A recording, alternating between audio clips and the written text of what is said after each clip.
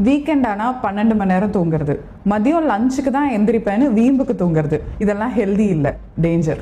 நிறைய நேரம் தூங்குறது நல்லதுன்னு நினச்சிட்டு இருப்பீங்க. ஆக்சுவலாக நிறைய தூங்குறது கூட உங்களுக்கு டேஞ்சராக இருக்கலாம். நார்மலாக அடல்ட்ஸ்க்கு 7 to 9 hours தூங்குறது போதுமானது. 9-10 மணி நேரத்துக்கு மேலே தூங்குறது ஒரு வார்னிங் சைனாக கூட இருக்கலாம். ரிசர்ச் என்ன சொல்லுது தெரியுமா? நிறைய வெயிட் போடும், ஹார்ட் டிசீஸ் வரதுக்கான சான்சஸ் நிறைய இருக்கு, டயபெட்டிஸ் ரிஸ்க் இருக்கு, நம்ம பிரெயினோட ஏஜிங் ஃபாஸ்ட் ஆகலாம். இது உடம்ப மட்டும் பாதிக்காது. ஓவர் ஸ்லீப் உங்க டிப்ரெஷனோட சிம்டமா கூட இருக்கலாம். ஆன்சைட்டி இன்க்ரீஸ் பண்ணலாம். காலைல எந்திரிச்சோன்னே தலைவலி வரலாம், உடம்பு வலி வரலாம். நிறைய பேர் அந்த நாள் ஃபுல்லாவே டயர்டாவே ஃபீல் பண்ணுவாங்க. மெடிக்கலி முக்கியமான 3 காரணங்கள் என்னென்ன தெரியுமா? Sleep apnoea, thyroid problem, stress and depression.